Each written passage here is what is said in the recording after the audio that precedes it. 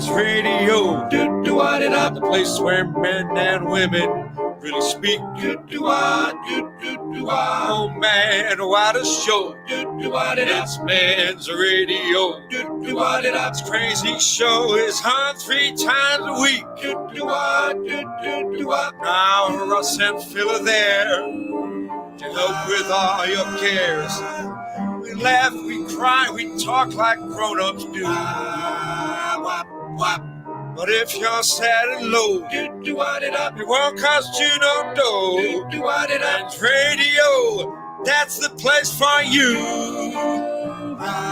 With Russ Kane and Phil Dave. Monday. The Men's Radio station, handicap stakes here at 12 o'clock. Barry J. Allen there looking a little bit frisky as he goes down to the start. Good afternoon, Ross and Phil, and all Barry J. Allen in.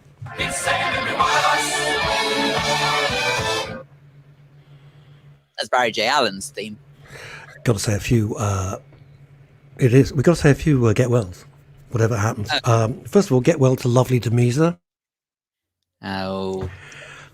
Lovely Demisa went away to see some friends, just having recovered from another accident, fell over and has smashed her elbow. She posted photos today. They've had to replace her blooming elbow. She's the bionic woman. Go figure. That was a thing. Seriously, she's the bionic. I know. Well, it is. It is the thing. It is the thing. It is what's happening, baby. It's the whole shooting match. So we wish her well. And we also, as you know, our theme tune is sung and performed by Mr. Ray Gelato. And Ray's not been feeling good. He's had recently he sounds terrible on the phone. Well, he sounds terrible on stage, but he sounds terrible on the phone. So we wish Raimondo well. Philip, catch up with all these lovely, lovely people. Well, why not, indeed? Because Melanie Hutchins says, hiya, all. Yeah. She from Texas? Chrissy Holtz. Oh, this year I'm off to sunny Spain. Hey, viva España. Says, hi, boys. I am not happy. Oh, sorry about that. Oh, Christ. No, what? Oh, weather is down, so that's good. Me cheese on toast. Oh, I see. Right. I'm having, she says, cheese on toast. And Mike having a sausage sandwich. Sounds painful. That sounds not just that. They're having this is a euphemism for their love life. I'm telling you now. Good Lord. I think they're at it like rabbits over in Spain. That's my view. Monroe says, hello. My mother says, hello, with 2 waving hands and a heart emoji. Martin Allen says, hi. Yeah, guys. And Veronica Curran. He's a hip cat, isn't he, Martin? Oh. Hey, yeah, guys. Veronica Curran says, good day all. Hope everyone had a lovely weekend. Well, no, I just worked. No, not really. Not particularly. I did. Oh, you had a stag thing.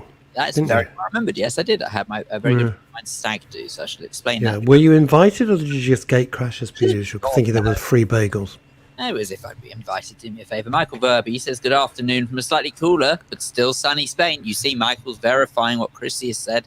And Paul Waring, I'm 63 as of yesterday, and I don't know what to do with the rest of my life. I find that just giving me money makes people feel so much better. You want to think about that, Paul. It's true. You know, cash, direct transfer, envelope, I don't mind. But I think you'll find it helps. Ramsey says hello all, and Emma Webb says afternoon all. Hugs from afar for all.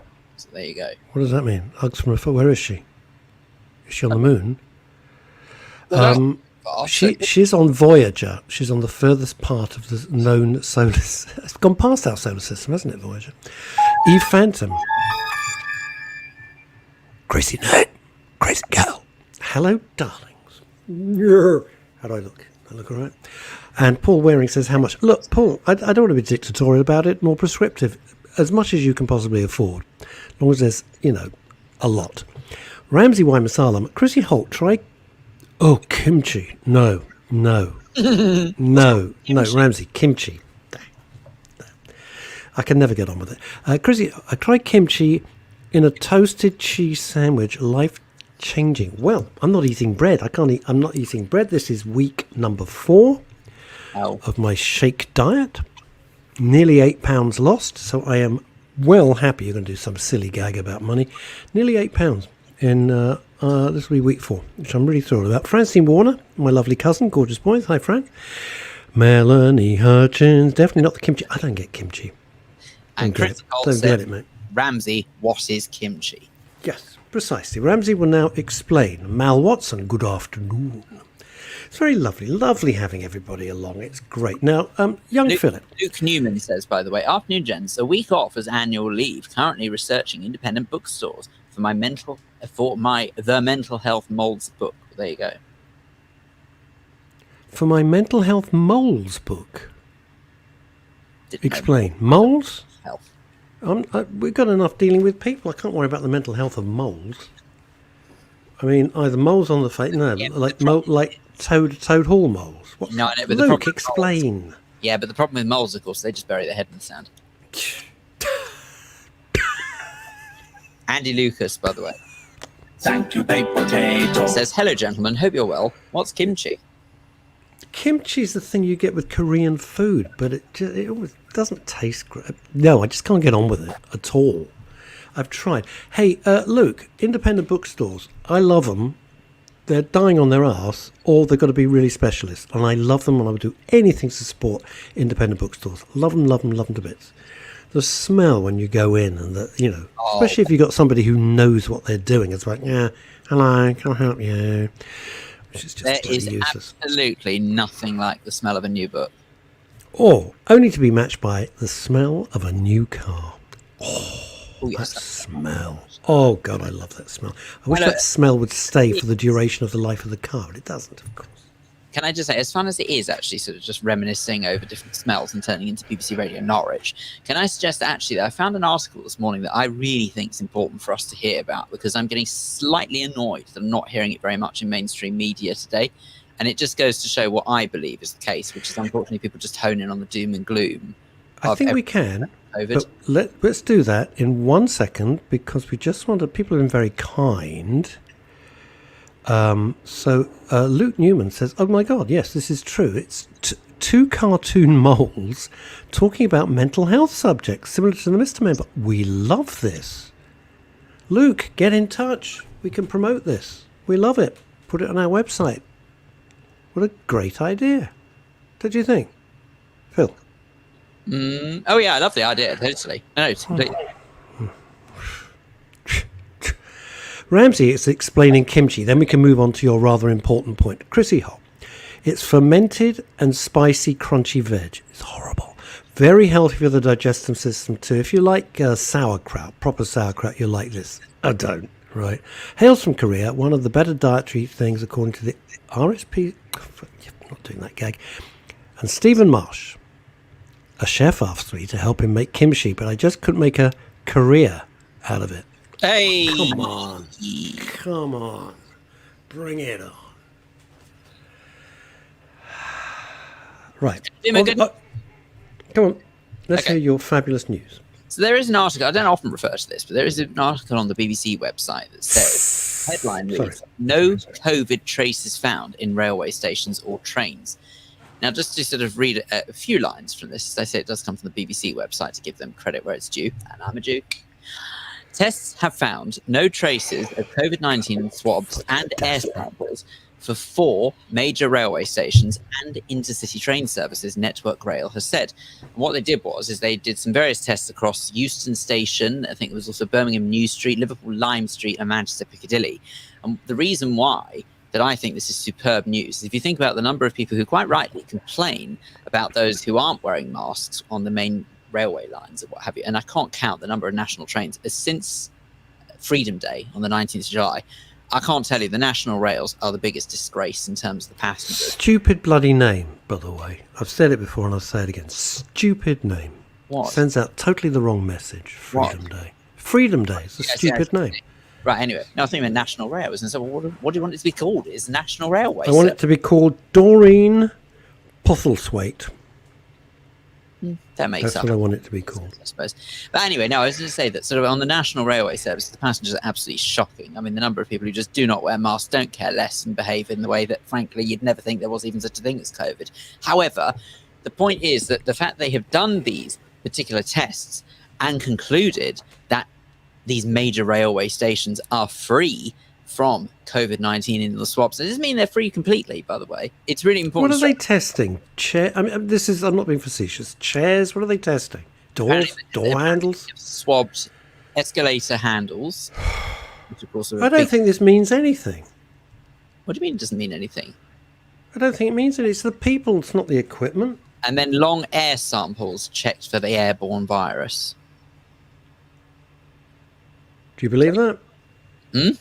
If it's airborne, we might as well just give up now. The point ridiculous. is, though, that these are major transportation hubs that have... I get that. I get that. And if the virus does not linger through them, then that is a really good bit of news. And I'm really pleased that at last we can start a week off with actually saying, hey, do you know what? There's some good news out there. I'm not suggesting for a second that that means that we just suddenly go back to normal and actually think, it's all over, we don't need to worry about it anymore. Of course we need to worry about it, and of course we need to be attentive. But at least that way, it's not as nerve-wracking as it could be, say, for example, when travelling on national railways. I think it's good news, personally. I'm with Mal Watson. Complacency Day is an alternative to Freedom Day. I couldn't think of the phrase. That exactly sums it up. You know, we've seen that nothing brings this country together. Nothing whatsoever. What brings the world together, which is the theme of my next book. But, I mean, you'd think that a global pandemic might bring people together. No. Freedom Day. Well done, Eve Phantom. Freedom Day. Damn right. It's. Look, this isn't going away. If people aren't careful, it just prolongs and prolongs. The best news I had was that swivel-eyed loon, Corbyn, the brother, Piers Corbyn, has got stitched up, if it's true.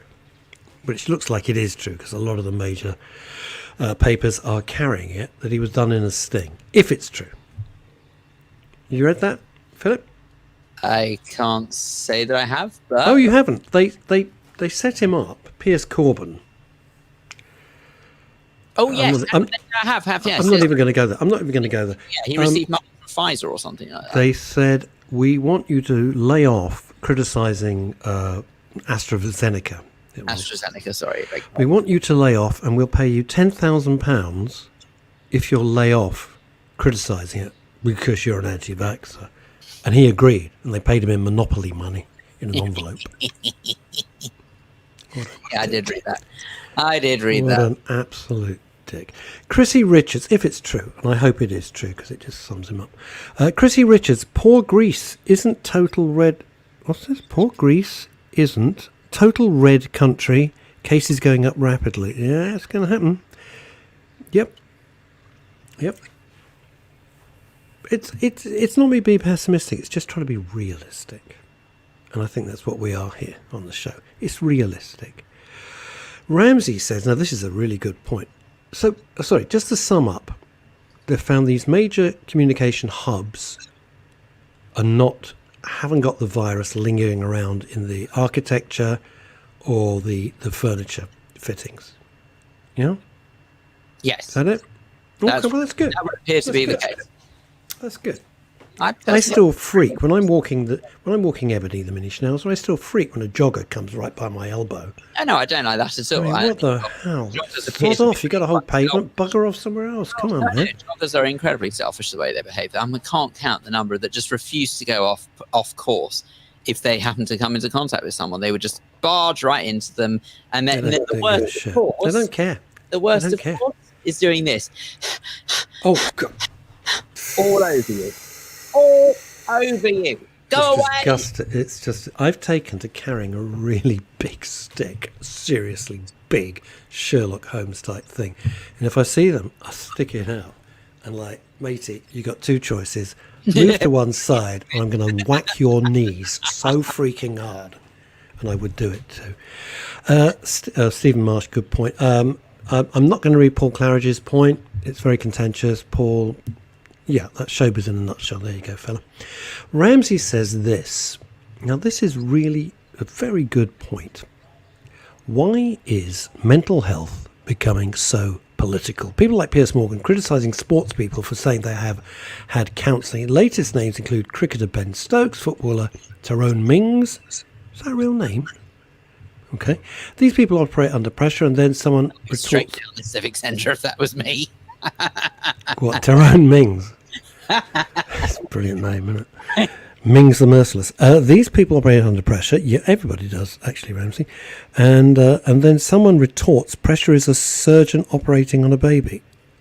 Pressure is whatever you feel as pressure. Ramsey's right, because you can't... How can I put it this way? If you find something is pressuring you, then it's pressuring you. Now, let's take a silly example. I'm just making this up as I go along, but if you hate public speaking and you've got to make a speech for your work do or a wedding or whatever it might be, and you hate public speaking, you are going to get in the state. No ifs or buts about it. I do it for a living. Doesn't bother me at all, right? Ask me to fill in a tax return or look at spreadsheets or something, I'm screwed, but it doesn't make me pressurised. But there was things that would make me very pressurised. Same with Phil. So you can't say, well, that's just stupid, it's not real pressure. It's real pressure to you. It's real pressure. No, it's not operating on a baby to save its life in an operating theatre. Of course it's not. It's not being an astronaut or making sure you've got, you're a fighter pilot in an F-35 or something. Of course not. But it's still pressure on you. Phil, I couldn't help but notice something, Philip. I can't help but notice something. Oh, yes. You're showing a bit of cleavage today.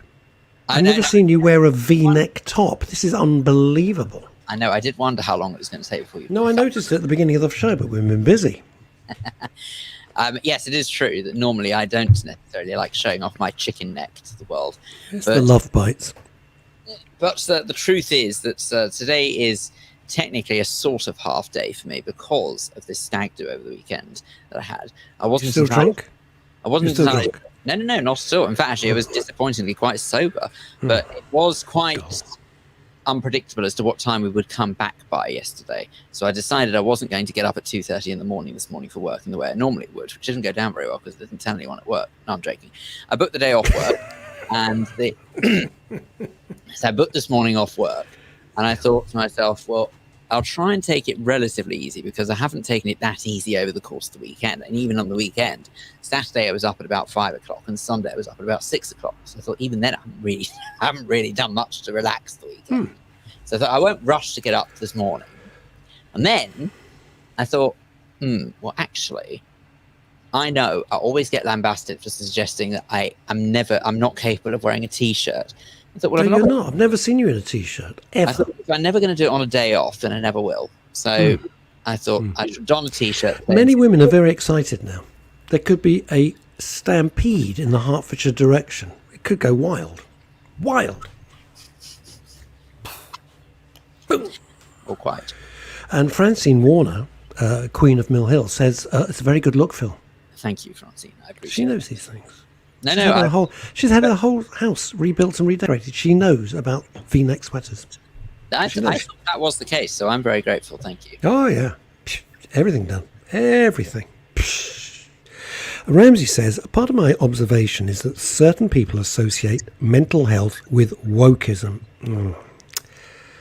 Right, we'll open that can of worms in a sec. That is wrong and won't help advancing understanding of mental health issues. Right, we didn't start a mental health station, well, 2 mental health stations because we're woke. We did it because we wanted to remove the stigma surrounding mental health and promote well-being. It's as simple as that, and have a platform for people to really have a proper conversation. No, there's no agenda to that. That's the whole thing. There's no subtext. Ramsey is right, and I don't know where you stand on this, Phil. It's when people dilute this. I go back to the show that Sharon Osbourne, I mentioned it last week, that Sharon Osbourne was in America, The View or The Pooh or whatever the hell it's called, and she made some comments supporting somebody, and the hostess, was it Wendy Williams, or I don't know, it is one of the American talk show hosts, The show was removed from air. Sharon Osbourne sued for millions, of course, because she was fired. And then the hostess, whose name I can't remember, suddenly announced she's got post-traumatic stress syndrome. To which I went, bollocks, you have. It's just showbiz. Get over it. You haven't fought in Syria. You haven't been shot at. You haven't been in a huge car crash. You had slightly heated words with another of your fellow hosts. That's it. So that's sort of... Though. No, but it is tricky, though, because to actually make no mistake, is it? I struggle to believe it as well. And at the same time, who are we to say what's going on inside someone's mind?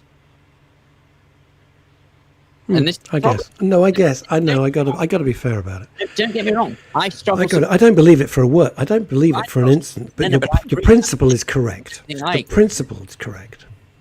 I think it's a load of rubbish. But go on. So do I. Completely. Right. That's my point. Is I agree. I don't believe it either. But at the same time, it's very difficult to sort of be on a station that is about mental health and well-being, and then to openly say to someone, you are not telling the truth when it comes to your mental health. Because unfortunately, and this is actually part and parcel of the problem, I would argue, with mental health, and in some strange way, really, with COVID as well, it's an invisible enemy. You can't see what goes on inside someone's head. In exactly the same way that if you can see someone going through a treatment, such as, say, for a broken leg, for big C, whatever it might be, you can... Lovely to me is his elbow. You can see something physical to associate with that. But if someone appears to be normal on the outside, then it's very hard to sort of know for sure that something's happening. And that's the same with COVID. The reason why people are so dismissive about it is because they can't see it. If they don't know people personally who have gone through it, then they can't get their head around it. No, they can't. I fear that's quite normal behaviour. Well, just talk to Sam Kane, talk to Linda Lusardi, talk to loads of my friends. That's the point. It's realistic, though, that they won't be speaking to Sam Kane or Linda Lusardi because, number one, they don't know them, and number two, even if they did, they haven't experienced it themselves personally, and therefore they don't believe it. So I'm not saying it's right, but that, I think, is part and parcel of human nature, is if we can't see something, we don't believe it exists. But my argument to that would always be, I've never seen £1 million in cash, but I know it exists. Yes, you have. Your salary. Yeah, not Rupert told me over dinner. He said, he insists on cash. He insists on a luxury briefcase every week. That's what he told me. He wouldn't lie. He told me. Melanie Hutchins, hi Mel. Every single person on the planet has mental health. Some people either cover it or do not want to talk about it. Well, no, not every person does. Some people don't. Some people are perfectly content with their lives. They're happy. They just get on. They're satisfied with their lot. They don't suffer from depression. They don't suffer from anxiety. Not everybody does. It's just that we can talk about it now, whereas in the past one couldn't talk about it because you would be stigmatized, and that's all there is to it. Chrissy Richards, my daughter needs counselling, but she can't talk to strangers. I can, though.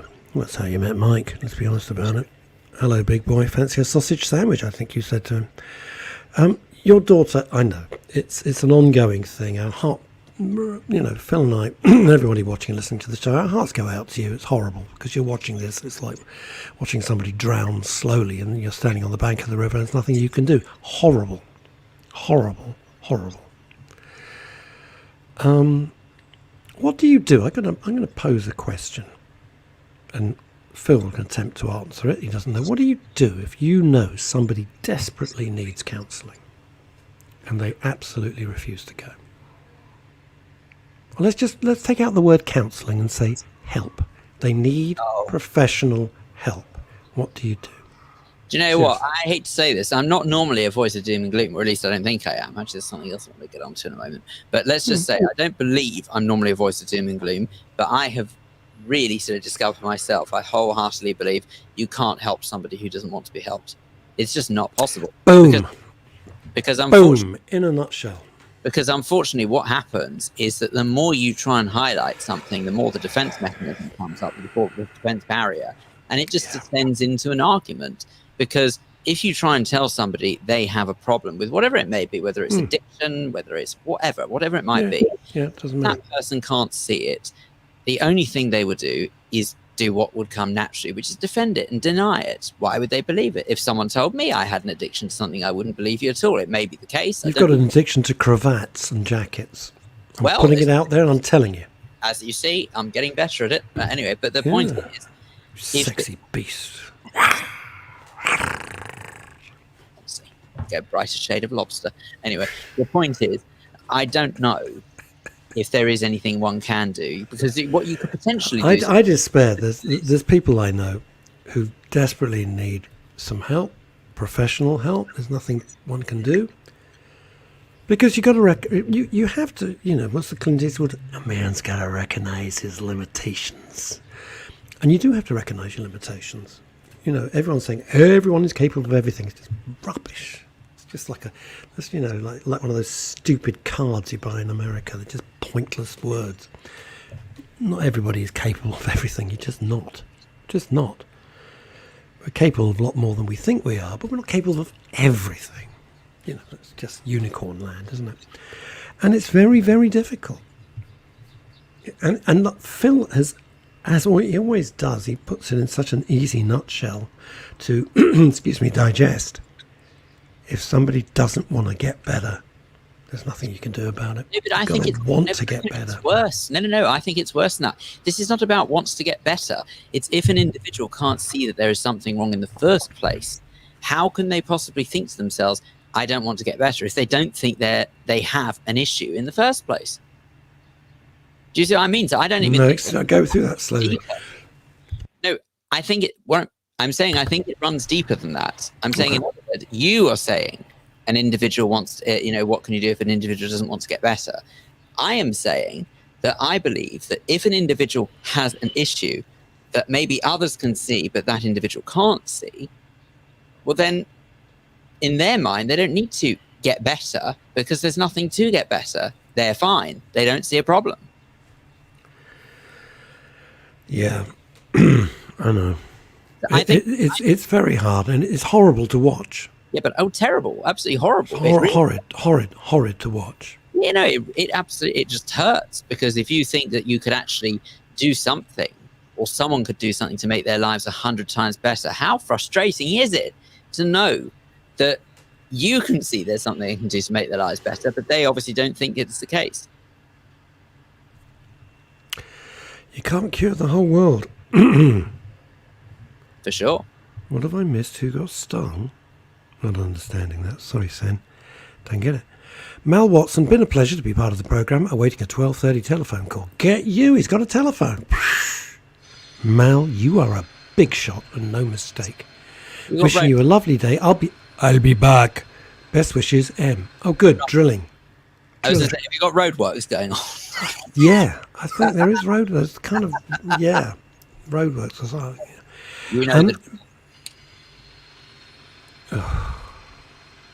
Oh, God. Oh, God. I've got a day of this, haven't I? I got a day of this. Ladies and gentlemen, welcome to Russ's world. Hold on. I'm going to sort something out. Give me a minute. Oh, anyway, whilst you're doing that, Sam Monroe says, you said someone got stung. That's what happens when you join in late. Lol. Right. Well, I see where you're coming from, Sen. I suppose, yeah, did someone get stung? I don't remember him saying that. How terrible is that? Seriously. Oh, well, anyway. Right, so there you go. Russ, apparently, there you go. That's what the problem is. Sen said that you said someone got stung. No, I didn't. I don't remember that. No, I didn't. No one got stung. I didn't say that at all. I don't remember that at all. You're on drugs. I told you, Sen, you've got to stop taking that Nurofen. It's not good for you. He is freebasing Philocene. That's what he's doing. Let's dash up to Edinburgh. Veronica Curran. Many people need to build a relationship before being able to then express themselves. A few agencies can do this. You've got to build up a degree of trust. You've got to build up a degree of trust with either people whose opinion you will listen to and respect, or with a therapist or a counsellor or a doctor. You've got to have a degree of trust. Otherwise, Sen, I didn't say anybody got stung. Stop it. I didn't. We've not discussed bees stinging. What? No, you lost me, man. Lost me. Don't get it. But lovely for you to listen, and I appreciate it, because you're a very, very busy man. You've got 28 films on the go. So. Now then, where were we? Anyway, hello, peeps. Happy. You're just pulling focus, boy. Leave it. You're just pulling focus. I know you too well. Now, it is interesting. But going back to the Piers Morgan thing. Now, I have to scroll up a little bit here, because it's Ramsey. Give me. I was referring to Piers Morgan, who has a merciless campaign against Meghan and Harry. For my own blood pressure and my own joie de vivre, I'm not opening that door. Who in the past have said they have suffered issues. Right. And continually say they are lying. Yep. And using mental health as an excuse. Mm-hmm. He's also said the same about Naomi Osaka, the US gymnast. I don't know. Look, it's very hard to answer for Piers Morgan, but no, we're not here to defend or attack him. It's not.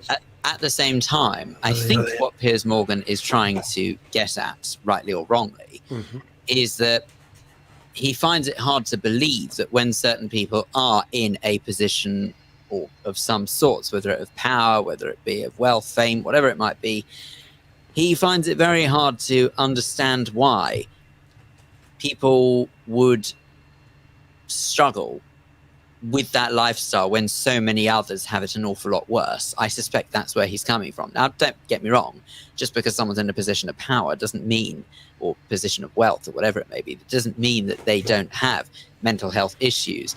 But there's something mightily unpalatable about hearing from those who do seem to have a very who do seem to have a very nice life, turning around and saying, woe is me all the time. There is something quite unpalatable about that, Ramsey. So make no mistake, I'm not dismissing their issues, but I also believe that they have contact with some of the most experienced mental health professionals in the flipping world.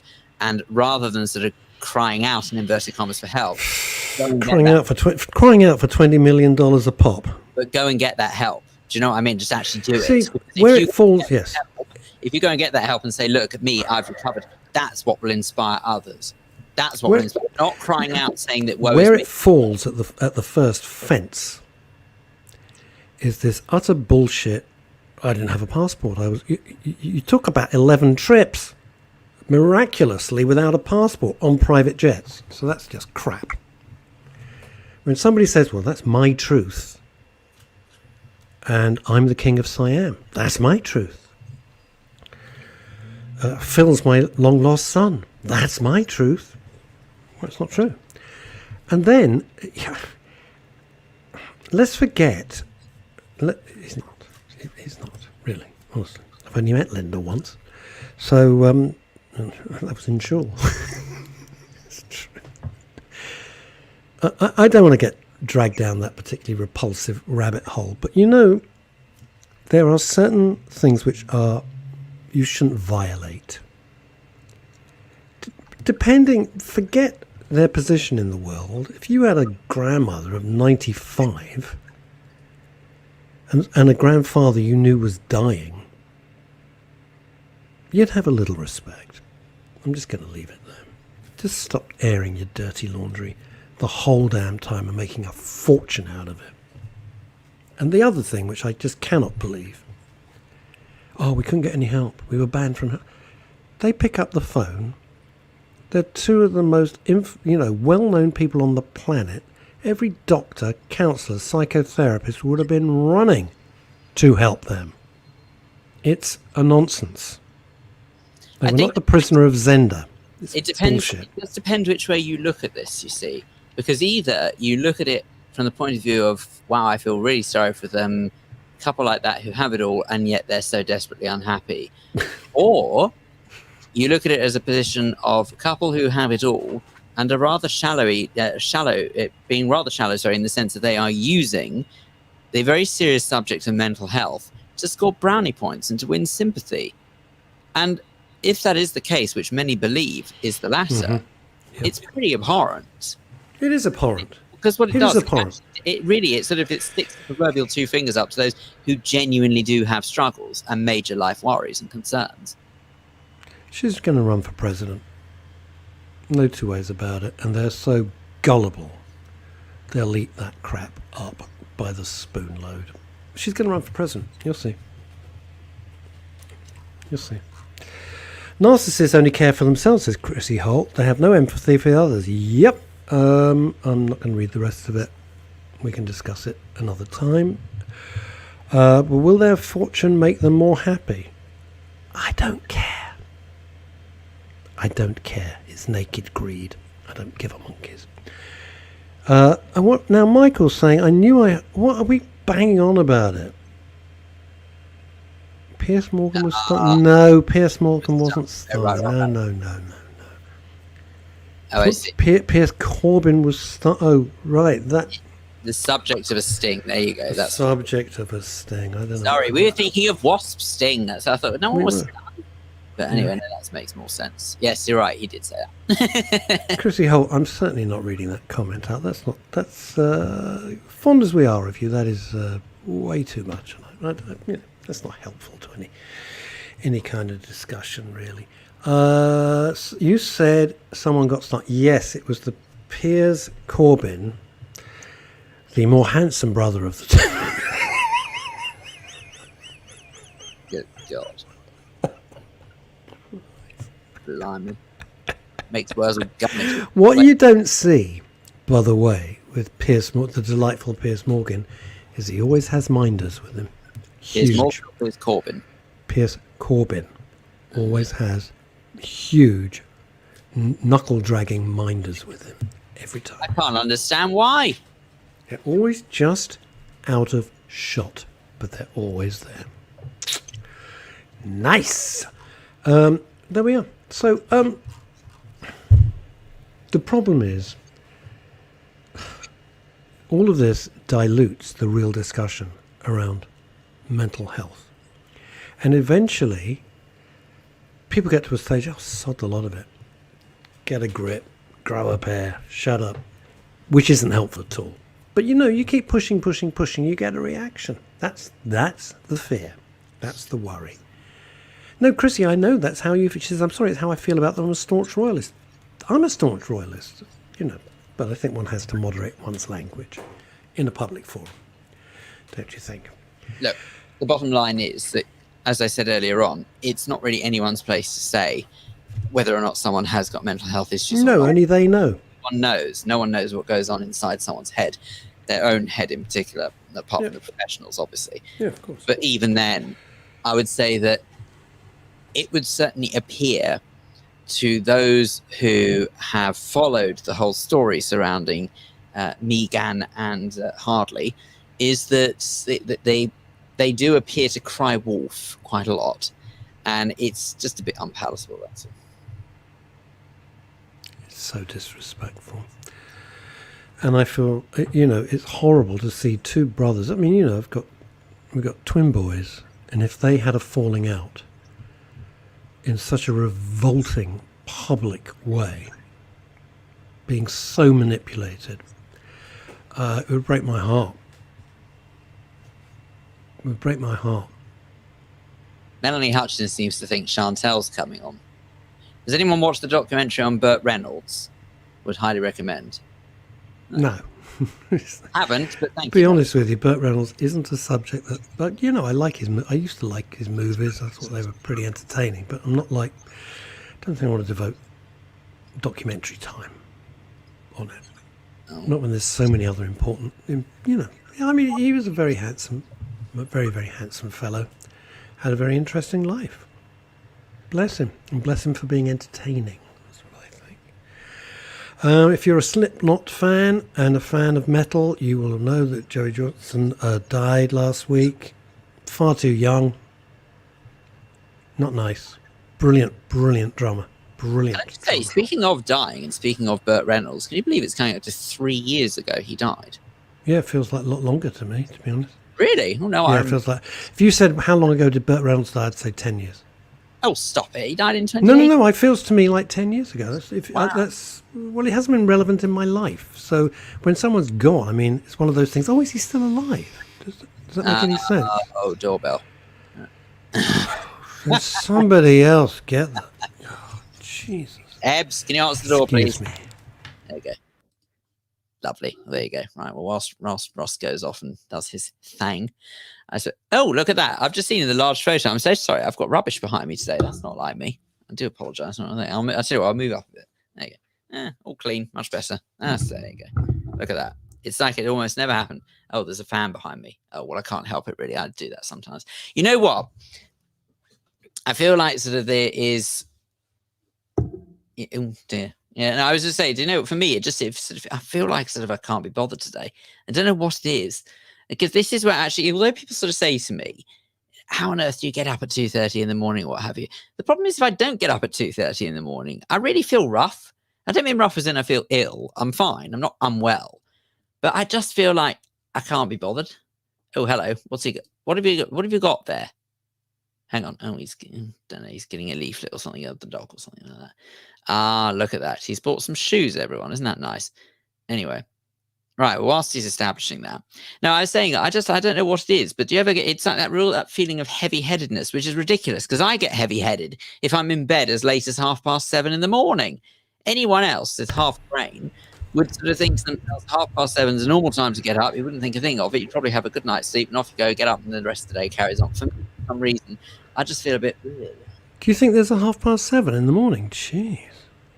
Well, I was just saying, because I decided to have a lie-in stamp, paying the price a little bit. Why? Because you're not wearing a cravat. The cravat of power. My energy comes from. The trouble is, I watch documentaries till about 3 or 4 in the morning every night. Samson in that sense, you see. If I don't have a cravat, or if, with Samson, he didn't have his hair, but if I don't have my cravat, I just don't have my inner strength. That's the problem. What? Well, Samson, and Samson, who had the hair. When he why? Delilah? Yes. And when he had his hair, he lost his strength. So I'm saying when I don't wear a cravat, that's my problem. This is it. If you look in the Bible, there is a thing. Yea, verily, he doth weareth his cravateth. It says so. Chrissy Holt, I'm watering the garden at 7 a.m. Pop round here, Chrissy. One thing that's really true. I can't even read this. Can you read this? I can't read it. Just can't. Chrissy Holt says, one thing that is really cheering you up. I listen every day. Chuck Berry singing My Ding-a-Ling reminds me of you two. I'm up every day at that time. Can't sleep. Well, I'm not surprised if you listen to Ding-a-Ling. Jesus Christ. I couldn't sleep. We're all right, Russell. I don't know what the hell that's about. It's just killing me.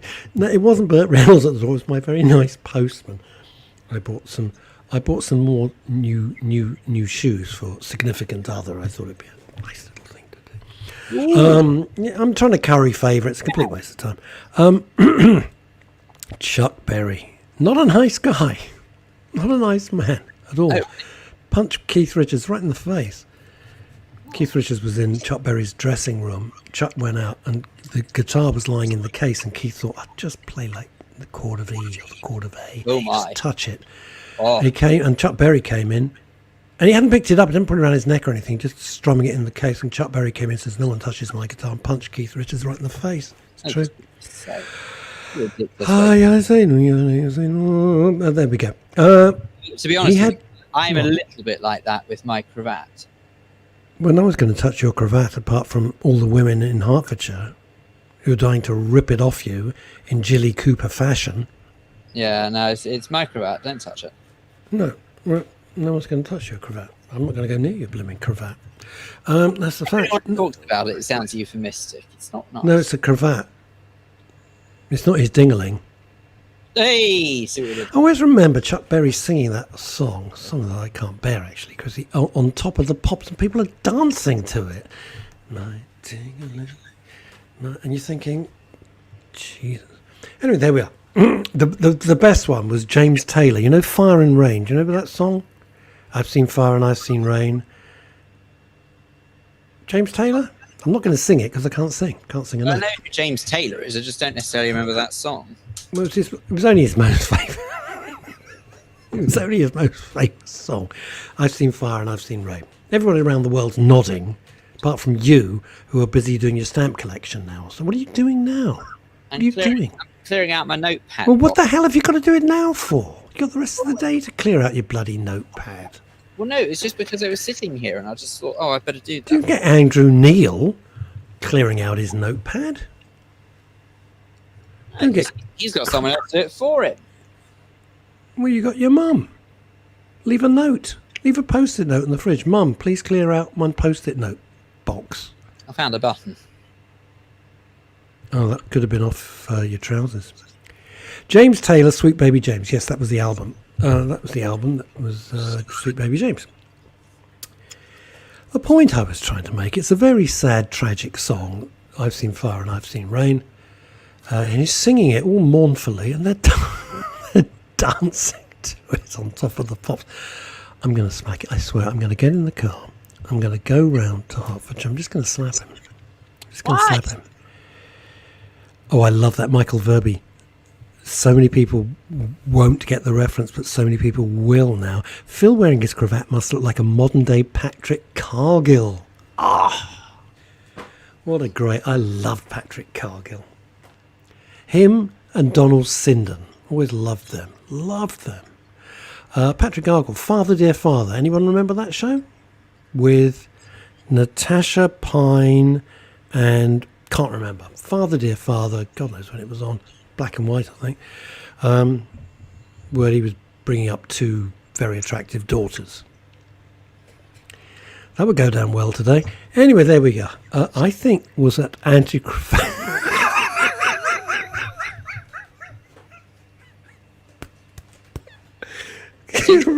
read it out. It's genius. Go on, please. Melanie says that I think Phil was at anti-cravat wearing rehab this weekend. Very fidgety. Yeah, he is. Neck. The signs all there. I'll be honest with you. I think he's OD'd. I think he's OD'd and not wearing a cravat. You can tell he's not the same fella. Very fidgety, bit nervy. Is he sweating? That's what I think's going on. The thing to do with Phil is check around his nose. If there's any little fibres of cravat, then you know what he's been doing. Yeah, really, good lord. He's got lines of cravat. He just sniffs the lines of cravat. This is what happens when he gets out of control. Dave Sleet. Actually, I've got a confession as to why I'm a little bit twitchy. Oh, God. It's because I happen to know that there is a bagel waiting for me downstairs. That's it. I'm getting in the car. I'm going to punch you. I'm getting mental health to one side. I'm just going to come round and smack you. I made this. Are you serious? Of saying that I'd have the bagel after the show, and I realised I should have had it before. Well, bugger off and have your bagel then come back. That's what you want to... The guy is the size of a toothpick, right? His entire body's the size of my leg. And he's obsessed with food. Obsessed. I've never known anybody... And when I say cranky, I don't mean Jimmy cranky. I mean cranky. If he's not eating, boy, does he get cranky. Wow. I don't get this. To be fair, I'm not that cranky. Oh, you're right. My granddad always wore a cravat. They were lovely, says Chrissy Holt. Greetings, one and all, says Dave Sleet. Apologies for the late message. Oh, bless you. Wishing you all a great week. Thank you very much. You have nothing to apologise for. And germs, Russ. Germs? Where are their germs? Where are their germs? Euston Station. Oh. Phil, question. Will you continue to wear a mask and protective gloves on public transport?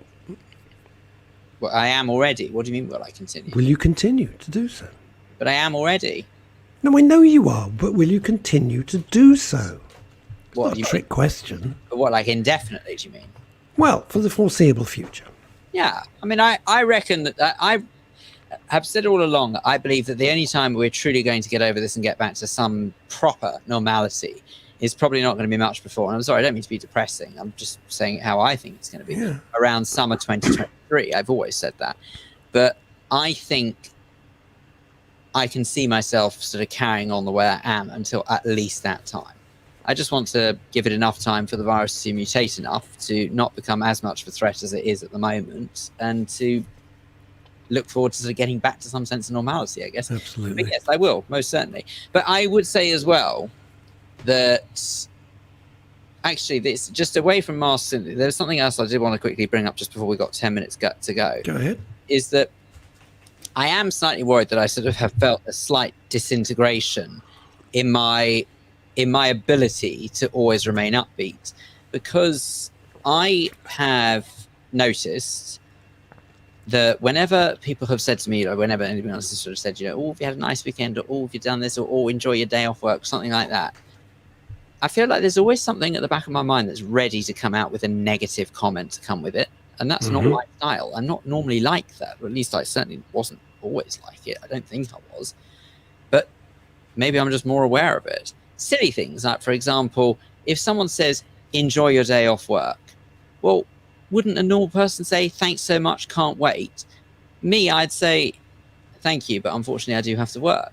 Do you know what I mean? It's like a negative... But that's true. That's not a bad thing to say. You're saying the truth. Come with it, and I don't know whether or not I'm sort of just imagining it, or maybe I'm just extraordinarily tired for not really having a proper day off or a proper holiday. You're exhausted. But I've been saying this for weeks and weeks and weeks because of your new show on another radio. Yeah, well, just as bad, and you're not like it. Well, I don't think you are. Well, I don't know. But, I chose to work all day. I had stuff I wanted to do, and the muse finally sat on my shoulder, and I was able to write quite a lot.